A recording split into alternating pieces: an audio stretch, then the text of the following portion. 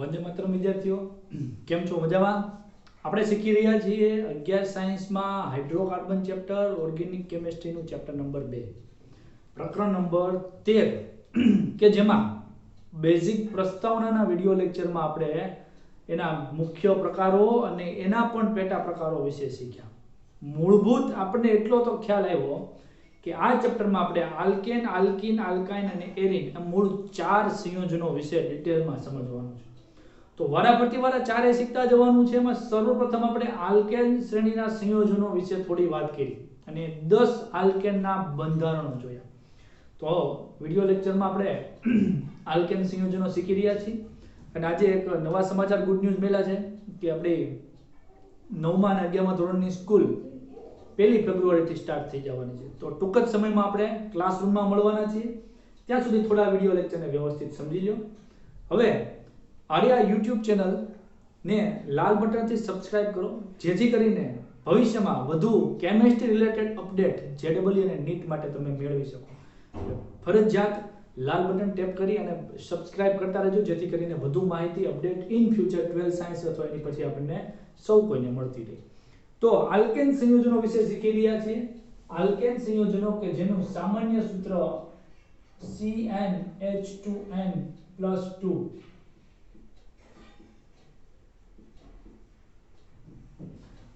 આપણે મૂળ શીખી રહ્યા છીએ હાઇડ્રોકાર્બન, કે જેમાં કાર્બન અને હાઇડ્રોજન નામના બે જ ભાગ રહેલા છે અને એમાં પણ વિવિધ પ્રકારોને આધારે એના 4 પ્રકારો પડ્યા હતા. સર્વપ્રથમ આલ્કેન સંયોજનો શીખી રહ્યા છીએ કે જેનું સામાન્ય સૂત્ર થાય છે CnH2n+2, જેના વિશે ડિટેલમાં શીખી ગયા. અહીં દરેક કાર્બન નું સંકરણ sp3 હોય છે. sp3 સંકરણ એટલે શું? જો અહીંયા કોઈ ઘન નહીં બોલે, ઘણા બોલે sp ઘન, ઘાત નથી, sp3 છે. એનો અર્થ એમ છે કે એક s કક્ષક અને 3 p કક્ષકો જોડાયેલી છે. એ કેવી રીતે? એમાં ટૂંક જ સમયમાં બતાવું છું. યાદ રાખવાનો મુદ્દો કે અહીંયા કાર્બન જો બીજા કાર્બન સાથે જોડાયેલો હોય તો એ કાર્બન કાર્બન વચ્ચેની બંધ લંબાઈ 154 પાઇકોમીટર છે. તમે જાણો છો પાઇકોમીટર = 10⁻⁻12 ઘાત મીટર. અને એમાં જો કાર્બન અને હાઇડ્રોજન જોડાયેલા હોય તો એ કાર્બન હાઇડ્રોજન બંધ લંબાઈ 112 પાઇકોમીટર હોય. આ બેઝિક વસ્તુ કે જે તમને કામ લાગવાની છે MCQ સોલ્વ કરવા માટે, એની વાત કરું છું. હવે અહીંયા sp3 સંકરણ એટલે શું એ આપણે સમજીએ. તો આલ્કેન સંયોજનોમાં દરેક કાર્બન કે જે સિંગલ બોન્ડ થી એક કાર્બન અન્ય બીજા કાર્બન સાથે સિંગલ બોન્ડ થી જોડાયેલો છે એ દરેક sp3 સંકરણ ધરાવતો હોય છે. તો સમજીએ sp3 સંકરણ. હવે તમે એ તો બાબત જાણતા થઈ ગયા છો કે કક્ષકો 4 હોય છે.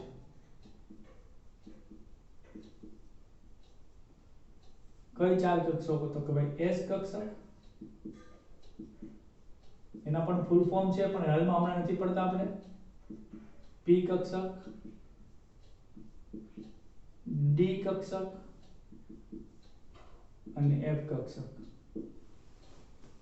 હવે એની સંખ્યા એટલે કે n. તો s કક્ષકની સંખ્યા 1, p ની 2, d ની 3 ને p ની 3, d ની 5 એકી સંખ્યા અને f કક્ષકની સંખ્યા 7. તેમાં સમાતા ઇલેક્ટ્રોનની સંખ્યા પ્રત્યેક કક્ષકમાં 2 ઇલેક્ટ્રોન સમાય. તો s કક્ષકમાં 2 સમાય, p માં 3 2 6 ઇલેક્ટ્રોન સમાય, d માં 10 ઇલેક્ટ્રોન સમાય અને f માં 14 ઇલેક્ટ્રોન.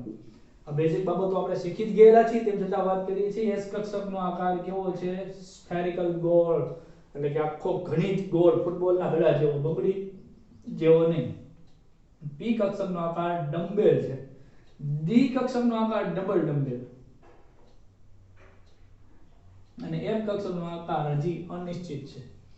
તો આવી જુદી જુદા આકારો વાળી અને જુદા જુદા ઊર્જા વાળી કક્ષકો, કેમ કે s કક્ષક કરતા p ની ઊર્જા વધારે, p કરતા d ની અને d કરતા f ની. કયા નિયમ પ્રમાણે?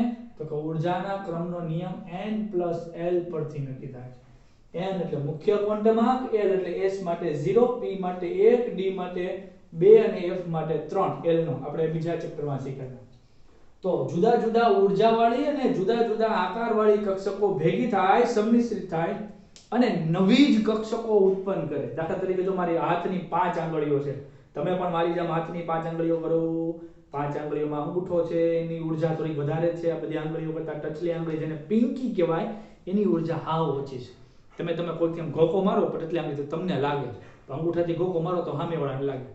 પણ તો આ 5 આંગળીઓ કે જેના આકાર અલગ છે, તાકાત ઉર્જા અલગ છે, એને ભેગું કરો તો આ બનો ઘૂસતો, મૂકો, પંચ, ઢીકો જે કયો આની ઉર્જા જોડ્યો જોરદાર. તો આ સંકરણ થયું. આ શું થયું? સંકરણ. તો આવી રીતે કાર્બનનું સંકરણ થશે. પરમાણુ ક્રમાંક 6 એટલે કે એની ઇલેક્ટ્રોન રચના 1s2 2s2 2 ને 2 4, હજી 2 ઘટે. 2p કક્ષક એને છૂટી પાડીએ. 2px માં 1, 2py માં 1, 2pz0. 2p2 લખી શકાય પણ આપણે 2p કક્ષકને છૂટી પાડી. ઇલેક્ટ્રોન ગણો 2 ને 2 4, 5 અને 6.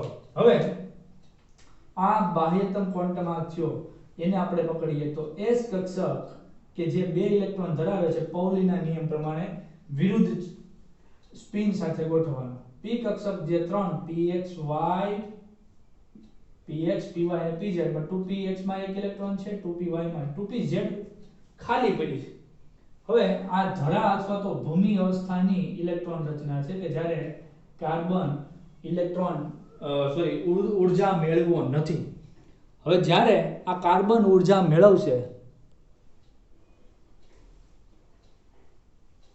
ત્યારે આ ઇલેક્ટ્રોન ઉત્તેજિત થઈ અને ખાલી રહેલી 2p કક્ષકમાં જશે. આ ઉત્તેજિત અવસ્થામાં મેં સ્ટાર કર્યો તો આ થઈ ઉત્તેજિત અવસ્થાની ઇલેક્ટ્રોન રચના. અને ઇલેક્ટ્રોન રચના આવી થઈ 1s2 જેસે છે 2s1 થઈ ગયું, 2p x માં 1, 2p y માં 1 અને 2pz જે ખાલી હતું ત્યાં 2s માંથી એક ઇલેક્ટ્રોન આવી ગયો. હવે 2s કક્ષકમાં 2 ઇલેક્ટ્રોન હતા, એની બદલે હવે 1 ઇલેક્ટ્રોન થયો. અને 2p કક્ષકો 3, ત્રણેયમાં 1 ઇલેક્ટ્રોન. 2 ઇલેક્ટ્રોન તો અગાઉથી હાજર છે. ઇલેક્ટ્રોનને આ રીતે હાફ અડધા એરા વડે દર્શાવશું, બરાબર? અને આ એની સ્પિન દર્શાવે ઉપરની બાજુએ. હવે px નો અર્થ શું થાય? તો કે ભાઈ જે ત્રણ અક્ષો છે x y z, અને x કહો અને y કહો અને બહાર તરફ આવે છે ને z કહો. તો જો ડમ્બેલ x અક્ષ ઉપર હોય આ તો એને px કહેવાય. જો ડમ્બેલ y અક્ષ ઉપર હોય તો એને py કહેવાય. જો ડમ્બેલ z અક્ષ ઉપર હોય તો pz કહેવાય. કોઈ પણ એક જગ્યાએ હોય એટલે આકાર એના જે ડાયમેન્શન છે અલગ અલગ છે. હવે ઊર્જા મળે એક s કક્ષક જેનો આકાર ગોળ છે અને 3 p કક્ષક સંમિશ્રિત થાય એટલે એને sp3 સંકરણ થયું કહેવાય. ચાર કક્ષકોનું સંમિશ્રણ થયું ને તો નવી ચાર કક્ષકો ઉત્પન્ન થાય. પણ હવે નવી ઉત્પન્ન થતી ચારેય કક્ષકોની ઊર્જા અને આકાર બધા સરખાય છે. કે હવે નવી ઉત્પન્ન થતી ચાર કક્ષકો જો આ રીતે ગોઠવાય. આ એક sp3 સંકરણ કક્ષક, આ બે, આ 3 અને આ 4. આ ચાર કક્ષકો, ચારેયનો આકાર ઊર્જા અલગ. પેલા એક ગોળ હતી, પછી ડમ્બેલ હતા, ડમ્બેલે અલગ અલગ અક્ષો ઉપર. પણ હવે ચારેય સંકૃત કક્ષકો છે 1 2 3 4 એની ઊર્જા ને આકાર બધું સરખું. કેમ કે હવે એ આમ કેમ આપણે લોટ બાંધીએ, મસળીએ બધી વસ્તુને, પછી લોટના પિંડા બનાવીએ એમ. લોટ બાંધો એમાં પાણી નાખો, તેલ નાખો, મીઠું નાખો વગેરે વગેરે, પછી તમે મસળો લોટના પિંડા બનાવો છો. એવી રીતે બધી કક્ષકો ભેગી થાય અને નવી જેટલી કક્ષકો જોડાય એટલી નવી કક્ષકો ઉત્પન્ન થઈ અને બધામાં એક એક ઇલેક્ટ્રોન રહેલા છે. તો એની સાથે એક એક હાઇડ્રોજન, માનો કે પોતાનો હાઇડ્રોજન ઇલેક્ટ્રોન રચના 1s1 એક ઇલેક્ટ્રોન આપી અને એની સાથે જો સહસંયોજક બંધ બનાવે. પણ હા, પૌલીના નિયમ પ્રમાણે એક કક્ષકમાં રહેલા બે ઇલેક્ટ્રોનની સ્પિન એટલે કે ભ્રમણ વિરુદ્ધ હોવા જોઈએ. એટલે કે ગોળ ગોળ ફરતા હોય તો વિરુદ્ધ દિશામાં ગોળ ફરતા હોવા જોઈએ. હવે આની સાથે હાઇડ્રોજન આવ્યો, હાઇડ્રોજનમાં તો 1s એટલે કે s કક્ષકનો આકાર ગોળ છે. આ s કક્ષક દ્વારા એની સાથે જોડાણ એક એક ઇલેક્ટ્રોનની ભાગીદારી કરીને આમાં બંધ બન્યો. એમાં એક ઇલેક્ટ્રોન કાર્બનનો છે, એક ઇલેક્ટ્રોન હાઇડ્રોજનનો, કાર્બનનો, હાઇડ્રોજનનો. આ રીતે બે ઇલેક્ટ્રોન થયા અને આ બન્યો CH4 હાઇડ્રોજન છે.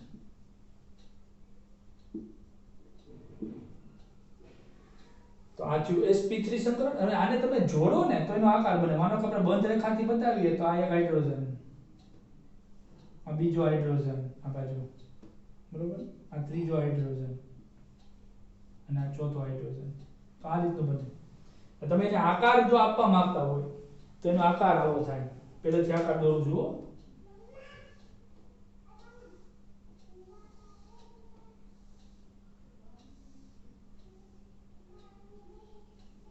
હવે જુઓ હું એનો આકાર આપું છું સેન્ટરમાં છે કાર્બન એક હાઇડ્રોજન બીજો હાઇડ્રોજન ત્રીજો અને આ ચોથો હાઇડ્રોજન આ બેનો CH4 અને આ આકારને કહેવામાં આવે છે સમચતુષ્ફલકીય કેવો આકાર કહેવામાં આવે છે સમચતુષ્ફલકીય સમ કેતા સરખું ચતુ કેતા ચાર ફલકીય એટલે ફલક જેના ચાર ફલક એક સરખા છે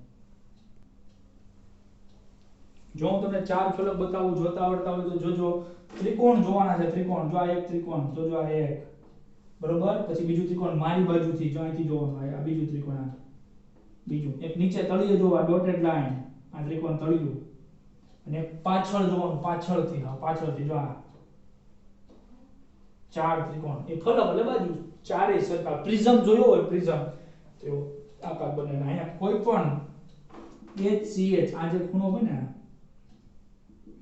આ ખૂણો માપવામાં આવે તો એ ખૂણો બને 109 અંશ અને 28 ગ્રામ 109 ડિગ્રી and 28 મિનિટ બંધ કાર્બન હાઇડ્રોજન બંધ લંબાઈ કેટલી મપાય 112 pm તો આ થયું sp3 સંકરણ જે આલ્કેન સંયોજનોમાં જોવા મળે હવે તમે જે CH3 જોયો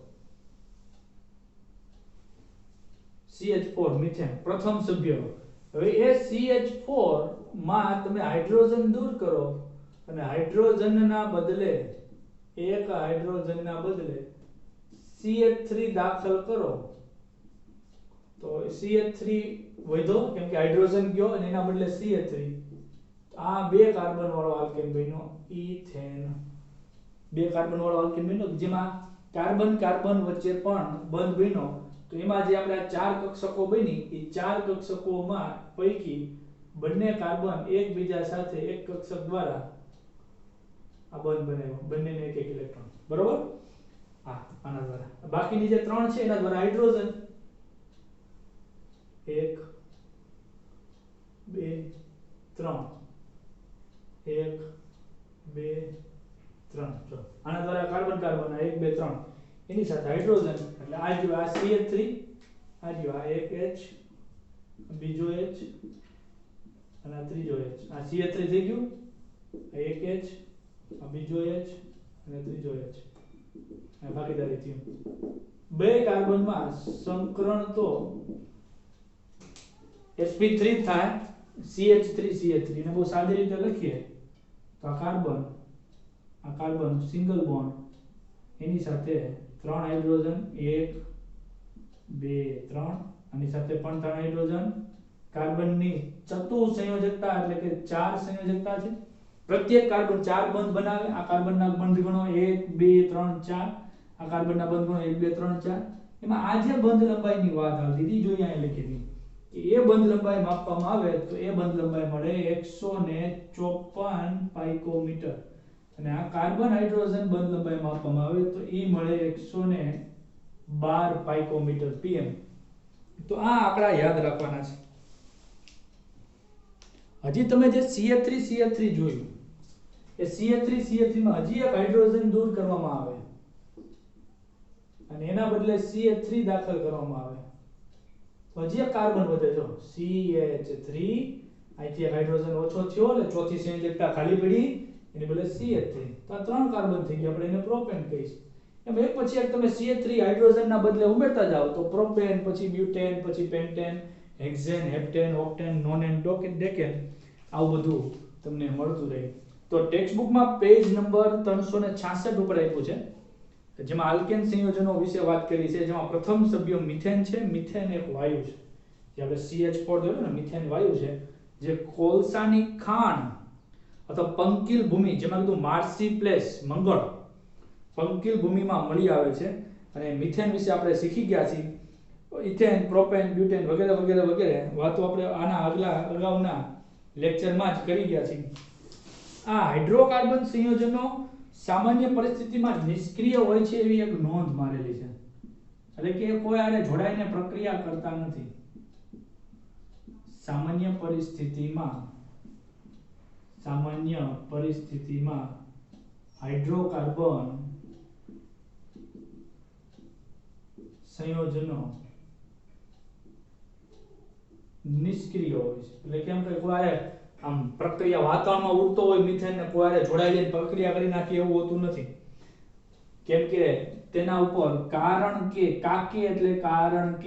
તેના પર એસિડની કોઈ અસર થતી નથી, બેઝની અસર થતી નથી કે પછી એના પર કોઈ અન્ય રસાયણોની પણ અસર થતી નથી. આ ટેક્સ્ટ બુકના શબ્દો છે.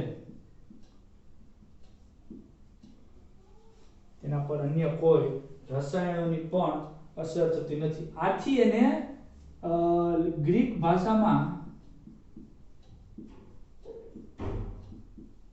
શબ્દ પીરમ શબ્દ છે. યસ, PURUM, પૂરમ થોડું, અને અફાઇન્સ એટલે ક્રિયાશીલ એવું લખ્યું છે. એના પરથી એને પેરાફિન કહેવામાં આવતું પહેલા શરૂઆતમાં. અને ગ્રીક ભાષાના શબ્દો પરથી પેરાફિન શબ્દ પકડ્યો ને, પેરાફિનનો અર્થ થાય થોડું ક્રિયાશીલ, એમ સક્રિય નહીં, પ્રક્રિયા કરે પણ ઠીક એમ બોધાજી નહીં. પણ હાલમાં એને પેરાફિન કહેવામાં આવતું નથી. હાલમાં આપણે એને હાઇડ્રોકાર્બન કહીએ છીએ, જેના 4 પ્રકાર છે: આલ્કેન, આલ્કીન, આલ્કાઇન ને એરિન. અને એમાં આપણે આલ્કેન શીખી રહ્યા છીએ. તો હવે આપણે નેક્સ્ટ ટોપિકમાં જાય, આલ્કેનમાં નામકરણ તથા સમઘટકતા. તો હવેનો આપણો ટોપિક છે આલ્કેન સંયોજનોમાં સમઘટકતા. સમઘટકતા આના 12મા ચેપ્ટરમાં આપણે આના પહેલા ચેપ્ટરમાં શીખી ગયા. મૂળ 2 પ્રકાર હતા: બંધારણીય સમઘટકતા અને અવકાશીય સમઘટકતા. બંધારણીય પણ ઘણા પ્રકાર હતા. જો બોલું છું: સ્થાન, શૃંખલા, ક્રિયાશીલ સમૂહ સમઘટકતા, મેટામેરિઝમ, પ્રોટોમેરિઝમ, અને એક મેં મારી એક્સ્ટ્રા એડ કરી હતી રિંગ ચેઇન સમઘટકતા. એમાંની કઈ સમઘટકતા લાગુ પડે છે એ આપણે અહીંયા શીખવાડી છે. તો આપણે સવાલ બનાવીએ: આલ્કેન સંયોજનોમાં સમઘટકતા.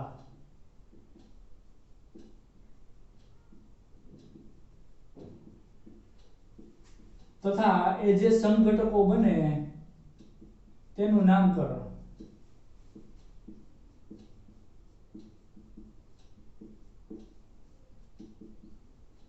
જણાવો. હવે પ્રથમ 3 સભ્યો છે ને, મિથેન, ઇથેન અને પ્રોપેન, એમાં કોઈ સમઘટકતા પોસિબલ બનતી નથી. આલ્કેનના પ્રથમ 3 સભ્યો કોણ? તો કે મિથેન CH4, ઇથેન CH3CH3 અને પ્રોપેન માં કેમ કે ઓછા કાર્બન છે એટલે પોસિબલ નથી. સમઘટકો જોવા મળતા નથી. સમઘટકો ન જોવા મળે. તો ક્યાંથી ચાલુ થાય છે? 4 કાર્બન થી ચાલુ થાય છે. ક્યાંથી? 4. તો 4 કાર્બન વાળો આલ્કેન સંયોજનનું સૂત્ર બોલાવો. તો ભાઈ સામાન્ય સૂત્ર છે CnH2n+2. CnH2n+2. આવી રીતે યાદ રાખવું. તો કાર્બનની સંખ્યા 4 હોય તો એનું અણુ સૂત્ર શું થાય? એનું અણુ સૂત્ર થાય કાર્બનની સંખ્યા 4 4 8 + 2 એટલે 10. જેના અણુ સૂત્ર સમાન પરંતુ બંધારણીય સૂત્ર જુદા જુદા, એને એકબીજાના સમઘટકો કહેવાય. સમઘટકો એટલે એક બાપના 2 દીકરા થયા. એક બાપના 2 દીકરા હોય તો અણુ સૂત્ર એટલે કે એની અટક સરખી હોય, પરંતુ બંધારણ હોય ને, બોડી સ્ટ્રક્ચર, માળખા એ અલગ હોય. કોકની હાઈટ ઊંચી હોય, કોકની નીચી હોય, કોક જાડો, કોક પાતળો, એમ એનું બંધારણ અલગ હોય, પરંતુ અણુ સૂત્ર એટલે કે અટક તો સરખી હોય. તો એને એકબીજાના બંધારણીય સમઘટકો કહેવાય. અહીંયા 5 કે 6 બંધારણીય સમઘટકો પૈકી કયા પ્રકારની સમઘટકતા લાગુ પડે? તો C4H10 ને તમે બ્યુટેન તો કહેશો, પણ એમાં અલગ અલગ બંધારણ દોરીએ તો CH3 CH2 CH2 CH3 આ સળંગ બંધારણ થયું કે જેમાં કાર્બન સ્ટ્રેટ રેખીય લાઈનમાં ગોઠવાયેલા છે. તો આને એન એટલે કે નોર્મલ બ્યુટેન કહેવામાં આવે છે. ક્યાંય હાથ પગ ભાંગ્યો નથી, નોર્મલ છે. મારા હાથ ઉખેડીને આ નાખી દે તો હું નોર્મલ ન કહેવાય, પણ હાલમાં તો નોર્મલ છું. બરોબર? તો આને નોર્મલ બ્યુટેન કહેવાશે. હવે જો કાર્બનની શાખા પડે CH3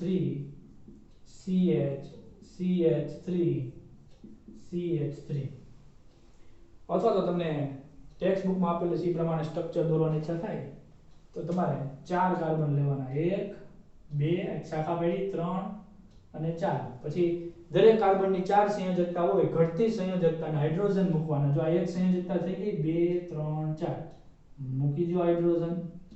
આ કાર્બનની સંયોજકતા ગણો 1 2 3. ચોથી સંયોજકતામાં મૂકી દો હાઇડ્રોજન. 1 2 3 4 મૂકી દો હાઇડ્રોજન. 1 2 3 4 મૂકી દો હાઇડ્રોજન. તો આ રીતે પણ દોરી શકાય.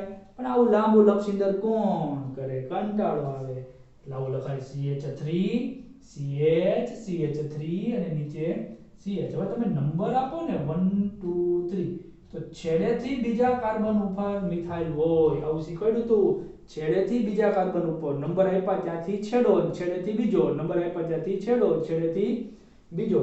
છેડેથી બીજા કાર્બન ઉપર મિથાઇલ હોય તો એને તમારે આઇસો કહેવાનું છે. શું કહેવાનું છે? આઇસો. ગુજરાતીનો આઇસો નહીં, નકર તું આઇસો કે નહીં એટલે કે તું આવે છે કે નહીં એમ નહીં. આઇસો આ ગ્રીક વર્ડ છે. આ 4 કાર્બન છે પણ આઇસો પ્રકારના છે એટલે આને આઇસો બ્યુટેન કહેવાય. જો તમારે IUPAC નામ આપવું હોય તો 3 કાર્બન પ્રોપેન, બીજા ઉપર મિથાઇલ 2 મિથાઇલ પ્રોપેન. તો આમાં શું ફરક છે? તો કે સાહેબ અહીંયા કાર્બન રેખીય છે, અહીંયા શાખીય છે, તો એકબીજાના એ શૃંખલા સમઘટકો છે. કેવા? શૃંખલા સમઘટકો થયા. હજી ત્રીજી પોસિબિલિટી હોય તો વિચારો. ના, હવે કઈ શાખા પડી શકે એમ નથી. તો આપણે એક તારણ ઉપર આવ્યા, એક કન્ક્લુઝન ઉપર આવ્યા કે બ્યુટેનમાં 2 શૃંખલા સમઘટકો જોવા મળે છે. તો હવે ફરી આપણે એક વધુ ચાળો કરીએ. ફરી પાછું એક હેશટેગ નવું અણુસૂત્ર લખીએ કે જેમાં કાર્બનની સંખ્યા 5 રાખીએ. મૂકો n બરાબર 5 C5 5 દુ 10 ને 2 12 H12. તો આ પેન્ટેન લખ્યું તો કેટલા પ્રકારના પેન્ટેન થાય એ જણાવવાનું છે. પેન્ટેનના શક્ય સમઘટકો.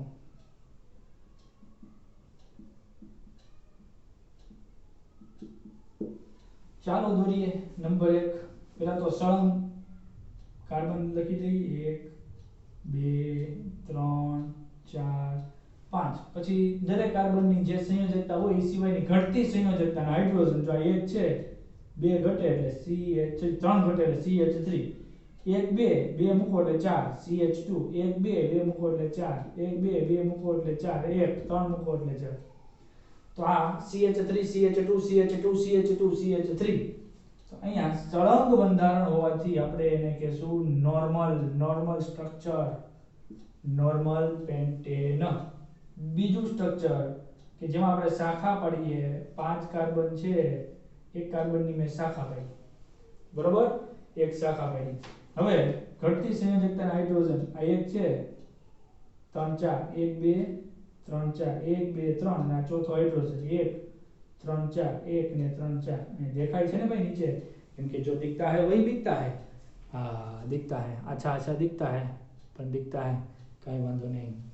તો હવે અહીંયા પણ આની જેમ છેડેથી બીજા ઉપર CH3 દેખાય છે. તો પેન્ટેન તો છે પણ કેવો પેન્ટેન? આઇસોપેન્ટેન. કેવો પેન્ટેન?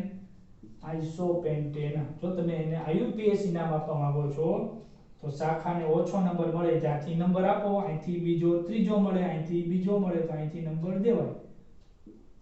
બરોબર? તો નામ થશે 2 મિથાઇલ. બીજા કાર્બન ઉપર મિથાઇલ. 4 કાર્બન છે એટલે બ્યુટેન. આપણે IUPAC નામ ખોલું લખશું, સામાન્ય નામ કૌંસમાં લખશું. હવે એક શાખા પડી. હવે 2 શાખા પાડો. 2 શાખાની પોસિબિલિટી છે? યસ છે. તો 2 શાખા પાડો. 5 કાર્બન જોજો. 1 2 3 4 અને 5 થઈ ગયા 5 કાર્બન. શાખા પડી ને બે. ઘટતી સંયોજકતા હાઇડ્રોજન મૂકો 1 ને 3 4 1 ને 3 4 1 ને 3 4 1 ને 3 4. તો આને આપણે કયા પ્રકારનું નામ દેવું? તો કે સાહેબ 1 2 3 છેડેથી બીજા ઉપર 2 મિથાઇલ ભાળી જાવ. જેમ છેડેથી બીજા ઉપર 1 મિથાઇલ હોય ને આઈસો કહી દેતા હોય, તો છેડેથી બીજા કાર્બન ઉપર અહીંથી ગયા છેડો છેડેથી બીજો, છેડો છેડેથી બીજો 2 મિથાઇલ હોય તેને નિયો કહેવાનું છે. Neo, neo pentane. અને નિયો પૂર્વક 5 કાર્બન હોય તો જ લાગે. નિયો પૂર્વક કેટલા કાર્બન હોય તે લાગે? 5. 4 માં લાગે? ન લાગે. 3 માં લાગે? ન લાગે. નિયો ક્યારે લાગે? 5 કાર્બન હોય ત્યારે. 6 માં હોય તો લાગે, પણ 5 થી ઓછા કાર્બન માં ન લાગે. નિયો 5, નિયો 5, નિયો 5 આવું યાદ રાખી દેવાનું. નિયો 5, નિયો 5, નિયો 5 આવું યાદ રાખી લેવાનું. તો નિયો 5 કાર્બન હોય તો જ લાગુ પડે. 5 થી વધુ હોય તો લાગુ પડે. યસ. તો આ નિયો પેન્ટેન સામાન્ય નામ છે. IUPAC નામ 1 2 3. મૂળ પ્રોપેન, બીજા ઉપર ને બીજા ઉપર મિથાઇલ એટલે 2 2 ડાઇમિથાઇલ પ્રોપેન. 2 2 dimethyl propane. તો કેટલા સમઘટકો થયા? નોર્મલ, આઇસો અને નિયો. તો પેન્ટેન ના કેટલા શક્ય સમઘટકો બન્યા? 3. બ્યુટેન ના કેટલા બન્યા? 2. મિથેન, ઇથેન, પ્રોપેન ના કેટલા બનતા હતા? એકે નહીં. તો એવી રીતે તમે કાર્બનની સંખ્યા વધારતા જાઓ, વધારતા જાઓ, વધારતા જાઓ, તો સમઘટકોની સંખ્યા થતી જાય, થતી જાય, થતી જાય. કેટલી થતી જાય? તો પ્રથમ જે 3 સભ્યો છે, કોણ કોણ? મિથેન, પછી C2H6 ઇથેન, C3H8 પ્રોપેન ના 0 સમઘટકો છે. પછી આપણે 4 કાર્બન જોયા, બ્યુટેન, C4H10 એના 2 સમઘટકો મળ્યા. 5 કાર્બન જોયા, C4H12 એના 3 સમઘટકો. આવી રીતે 6 કાર્બન લેવામાં આવે, n બરાબર 6, C6 6 દુ 12 ને 2 14, C6H14 તો એના 5 સમઘટકો. 5 સમઘટકો સુધી આપણે દોરી શકશું, બરોબર છે. પછી એથી વધારે આપણે જાવું નહીં, પણ જાણકારી માટે જો 7 એટલે કે હેપ્ટેન લેવામાં આવે તો એના 9 સમઘટકો મળે છે. 8 કાર્બન લેવામાં આવે તો એના 18 સમઘટકો. 9 સમઘટકો કદાચ દોરી શકીએ, પણ 18 તો ન થાકી જાય, એટલે ખાલી ગોખી લેવો, યાદ રાખી લેવો. ગોખિફિકેશન પ્રોસેસ. 9 કાર્બન લેવામાં આવે, 9 9 દુ 18 ને 2 20, તો એના 35 સમઘટકો મળે છે. અને ડેકેન લેવામાં આવે, C10H22, તો એના 75 સમઘટકો મળે છે, બરોબર. તો આ સમઘટકતાના નામકરણ કે જેમાં કોયલામાં લગભગ તમને 6 કાર્બન લઈ અને સમઘટકો બનાવવાનો સવાલ પૂછ્યો છે. પણ એની પહેલા એક નાનો એવો ક્વેશ્ચન લઈ લઈ કે હાઇડ્રોકાર્બનમાં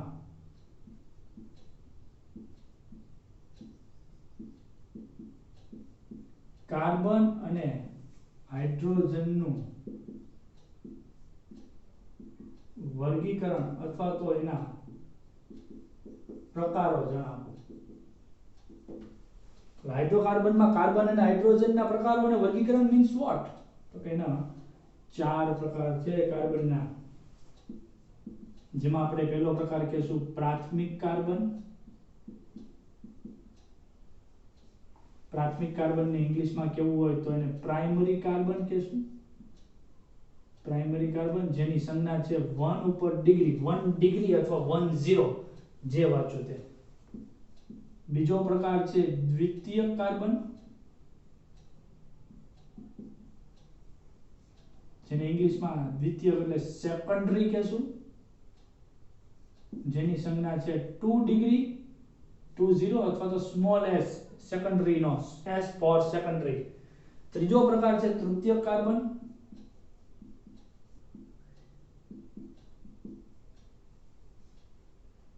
જેને આપણે ટર્સરી પણ કહી શકાય. તૃતીયક, ટર્સરી, 3 ડિગ્રી અથવા તો સ્મોલ t પણ કહેવાય. અને ચોથું વર્ગીકરણ ચતુર્થક કાર્બન,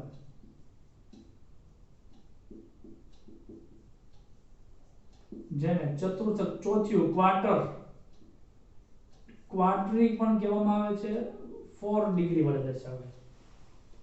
મોટા ભાગે આપણે પ્રાથમિક, દ્વિતીયક અને તૃતીયક કાર્બનની જરૂર પડશે. શું વ્યાખ્યા છે? ભાઈ જે કાર્બન બીજા જેટલા કાર્બન સાથે જોડાયેલો હોય એને, જે કાર્બન બીજા કેટલા કાર્બન સાથે જોડાયેલો છે એને એનું વર્ગીકરણ કીધું. દાખલા તરીકે જો હું એક્ઝામ્પલ આપું તો CH3 CH3 એમાં આ કાર્બન એક કાર્બન સાથે જોડાયેલો છે અને આ કાર્બન એક કાર્બન સાથે જોડાયેલો છે. તો આ બંને કાર્બનને તમે પ્રાથમિક કાર્બન કહી શકો. કેમ કે એક કાર્બન અન્ય કેટલા કાર્બન સાથે જોડાયેલો છે એના આધારે એનું વર્ગીકરણ થાય. જો દ્વિતીય કાર્બનમાં CH3 CH3 CH2 તો આ કાર્બન અન્ય બે કાર્બન સાથે જોડાયેલો છે. આ દ્વિતીય કાર્બન છે 2 ડિગ્રી, આ કાર્બન અન્ય એક કાર્બન સાથે, આ પ્રાથમિક, આ કાર્બન અન્ય એક કાર્બન સાથે એટલે પ્રાથમિક. જો કોઈ કાર્બન અન્ય 3 કાર્બન સાથે જોડાયેલો હોય 1 2 અને 3 આ કાર્બન અન્ય 3 સાથે જોડાયેલો છે એટલે તૃતીયક કાર્બન કહેવાય. ઘટતી સંયોજકતાના હાઇડ્રોજન મૂકી જાવ 1 ને 3 4 1 ને 3 4 1 ને 3 4 તો એ તૃતીયક કાર્બન કહેવાય. અને અહીંયા જોયું આ કાર્બન અન્ય 4 કાર્બન સાથે જોડાયેલો છે તો એને ચતુર્થક કાર્બન કહેવામાં આવે છે. બહુ ઈઝી વર્ગીકરણ, અતિ હેલું કે જો કોઈ કાર્બન અન્ય એક કાર્બન સાથે જોડાયેલો હોય તો એને પ્રાથમિક કહેવાય. જો કોઈ કાર્બન અન્ય બે કાર્બન સાથે જોડાયેલો છે તો એને દ્વિતીયક કાર્બન કહેવાય. જો કાર્બન અન્ય 3 કાર્બન સાથે જોડાયેલો છે તો એને તૃતીયક કાર્બન કહેવાય. અને જો કાર્બન અન્ય 4 કાર્બન સાથે જોડાયેલો છે એને એનો ચતુર્થક. હવે પંચક કાર્બન એવું કોઈ વિચારશે નહીં. પંચક એટલે પંચક કાર્બન કેમ નથી? કેમ કે કાર્બનની મૂળ સંયોજકતા 4 છે, પાંચમી સંયોજકતા કાઢવી ક્યાં નહીં. તો એ કાર્બન મેક્સિમમ અન્ય 4 કાર્બન સાથે જોડાય. એમાંય જો કોઈ કાર્બન 4 કાર્બન સાથે જોડાયેલો છે તો એની હારે એક હાઇડ્રોજન તો હશે જ નહીં, કેમ કે એને પોતાની ચારેય સંયોજકતા 4 કાર્બન સાથે જોડાવામાં વાપરી દીધી. હવે બાપ એવા બેટા વડ એવા ટેટા, બાપ એવા બેટા વડ એવા ટેટા, એટલે કે જેવો બાપ એવા બેટા. તો કાર્બનને તમે બાપ કહો તો એની સાથે રહેલો હાઇડ્રોજન, જો કાર્બન પ્રાથમિક હોય તો તેની સાથે રહેલો હાઇડ્રોજન પણ કેવો હોય? પ્રાથમિક. તો અહીંયા આપણી પાસે 6 પ્રાથમિક હાઇડ્રોજન છે. Am I right? Yes. અહીંયા આ હાઇડ્રોજન કોની સાથે? તો કે દ્વિતીય કાર્બન સાથે છે. તો અહીંયા આપણી પાસે બે હાઇડ્રોજન છે કે જે કેવા છે? દ્વિતીય. આ 3 અને આ 3 6 પ્રાથમિક કાર્બન સાથે જોડાયેલા છે. તો 6 હાઇડ્રોજન છે પ્રાથમિક છે. બરોબર? આ કાર્બન અન્ય 3 કાર્બન સાથે જોડાયેલો છે એની હારેનો હાઇડ્રોજન પણ તૃતીયક કહેવાય. તૃતીયક હાઇડ્રોજનની સંખ્યા કેટલી છે? 1. આ કાર્બન કેવો છે? તો કે પ્રાથમિક. એ અન્ય એક કાર્બન સાથે, આ કાર્બન અન્ય એક સાથે પ્રાથમિક, આ કાર્બન અન્ય એક સાથે પ્રાથમિક. તો 3 ને 3 6 ને 9 હાઇડ્રોજન એવા છે કે જે પ્રાથમિક છે. 1 ડિગ્રી એટલે પ્રાથમિક. એવા કેટલા છે? 9. ચતુર્થક હાઇડ્રોજન શક્ય નથી. 4 ડિગ્રી હાઇડ્રોજન શક્ય જ નથી. કારણ આપો. તો કહેવાનું સાહેબ કાર્બનની મેક્સિમમ 4 બંધ બનાવવાની સંભાવના છે અને ઈ કાર્બન 4 એ 4 કાર્બન સાથે જોડાયેલો હોય ત્યારે તમે એને ચતુર્થક કહી શકો. હાઇડ્રોજન સાથે જોડાવા માટે એની પાસે પાંચમી સંયોજકતા નથી તો એ હાઇડ્રોજન સાથે જોડાયેલો હોઈ શકે નહીં. તો એ ચતુર્થક હાઇડ્રોજન સંભવ નથી. તો આપણે આજના વિડિયો લેક્ચરમાં શું જોયું? આલ્કેન સંયોજનો શું છે? sp3 સંકરણ શું છે? આલ્કેન સંયોજનો કેવી રીતે બનાવી શકાય? કાર્બનની 4 સંયોજકતા હોય છે. આ આલ્કેન સંયોજનોમાં સમઘટકતા નોર્મલ આઇસોનિયો 4 કાર્બનથી લાગુ પડે. અણુ સૂત્ર સરખા છે પણ બંધારણીય સૂત્ર અલગ છે. બધામાં C5H12 છે પણ બંધારણ દોરો ને 1 2 અને 3 બને. એવી રીતે 6 કાર્બન હોય તો બધામાં 6 કાર્બન ને 14 હાઇડ્રોજન, પણ એવી 5 સંભાવના આવતા વિડિયો લેક્ચરમાં જોવાની છે. તો આપણે હાઇડ્રોકાર્બન સંયોજનોમાં કાર્બન અને હાઇડ્રોજનના પ્રકારો પણ જોઈ લીધા. બહુ હેલા 5મા ધોરણના વિદ્યાર્થીઓને પણ આવડે એવા. તો આ રીતે વિડિયો લેક્ચરને જોતા રહેજો, વ્યવસ્થિત રિવિઝન કરજો. નેક્સ્ટ વિડિયો લેક્ચરમાં ડિટેલમાં આપણે ફરી પાછી વાત કરશું કે જેમાં આપણે 5 અને 9 સમઘટકો દોરી અને નામ આપવાનો પ્રયાસ કરશું અને નામકરણ કરશું. ત્યાં સુધી શીખતા રહેજો, લખતા રહેજો. ચેનલને સબસ્ક્રાઇબ કરવાનું ભૂલશો નહીં. ધન્યવાદ, આભાર.